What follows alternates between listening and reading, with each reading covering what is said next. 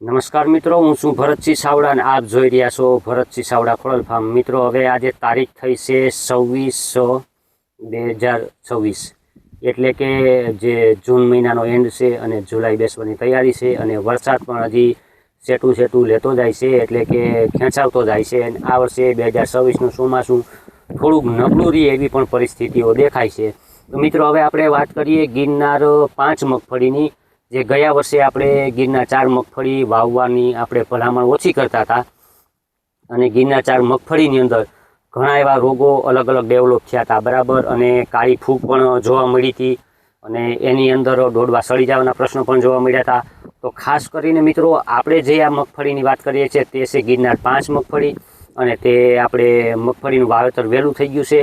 એક જે વાવેતર થયું છે એ જ ખેતરની અંદર ચોમાસું, શિયાળું અને ઉનાળું 3 પણ ઉત્પાદન લેવાયેલા છે. અને હાલમાં આ પરિસ્થિતિ છે મિત્રો.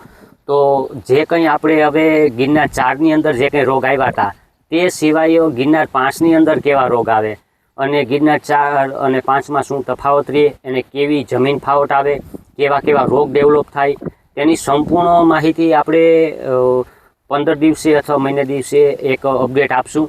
અને જ્યારે ભીન વર્ષ હોય ત્યારે એના અંદર શું પ્રશ્નો આવે અને જ્યારે આ 2026નું થોડુંક નબળું ચોમાસું દેખાય એટલે આ વર્ષે કેવી પરિસ્થિતિ રહે તેની સંપૂર્ણ માહિતી આપણે મિત્રો આપતા રહીશું. એટલે કે કેવા ખેડૂતોએ વાવેતર કરવું જોઈએ અને ઉત્પાદન કેવું રહેશે, મગફળી વાવવા લાયક છે કે નહીં, તેની સંપૂર્ણ ડિટેલ આપણે વિડીયોની અંદર કાયમને માટે ખેડૂત મિત્રો તમારા સુધી પહોંચાડતા રહીશું.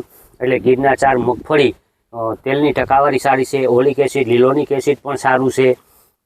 અને ખાસ કરીને એની દાણાની વાત કરીએ તો દાણામાં તેલની ટકાવારી સારી, એટલે કે લાંબો સમય સંઘરી શકાય એવી મગફળી છે. અને જે આપણે એક્સપોર્ટ થવામાં જેનો દાણો હોય ક્વોલિટી સારી આવે છે, એટલે કે આપણે એનું લાંબો સમય સુધી તેલ પણ રાખી શકીએ અને એક્સપોર્ટ ક્વોલિટી વિદેશની અંદર પણ એનું માર્કેટ સારું. એટલે મિત્રો, હવે ગિરનાર 4 મગફળીની અને ગિરનાર 5 મગફળીની શું પરિસ્થિતિ રહે ને તેની સંપૂર્ણ માહિતી આપણે કાયમને માટે આપવાની કોશિશ કરશું. એટલે કોઈ પણ ખેડૂતને જે આપણે ગિરનાર 4 મગફળીમાં 2025માં પ્રશ્નો આવ્યા હતા એ પ્રશ્ન રહે કે નહીં તેની આપણે સંપૂર્ણ ખ્યાલ આવે કે શું વાવવા લાયક છે કે નહીં, તો મિત્રો તેની સંપૂર્ણ માહિતી આપણે આપતા રહીશું. પણ એમાં પણ એવા ઘણા પ્રશ્નો બનેલા કે ઉનાળુ પિત્ત કરતા હોય એમાં કંઈ પ્રશ્ન બને છે, અથવા તો જમીનજન્ય કોઈ રોગ હોય છે, કે પછી બિયારણનો કોઈ પણ ફોલ્ટ હોય છે, કે બિયારણ કોઈ ડુપ્લિકેટ આવી ગયેલું હોય છે, તો તેની સંપૂર્ણ માહિતી આપણે આપશું મિત્રો. એટલે તમને બધાને ખ્યાલ આવે કે હકીકતની રીતે તેની અંદર શું પ્રશ્ન છે. તો મિત્રો, ખાસ વિડીયો જોવાનું ચૂકતા નહીં અને વિડીયો આખો સાંભળશો એટલે તમને સંપૂર્ણ માહિતીનો ખ્યાલ આવી જશે. તો મિત્રો, માહિતી સારી લાગી હોય તો તમામ ગ્રુપમાં શેર કરજો, એટલે કે જેથી કરીને કોઈ પણ ખેડૂતને આવા પ્રશ્ન હોય તો તેને પણ ખ્યાલ આવે અને તેને પણ સંપૂર્ણ નોલેજ મળે મિત્રો.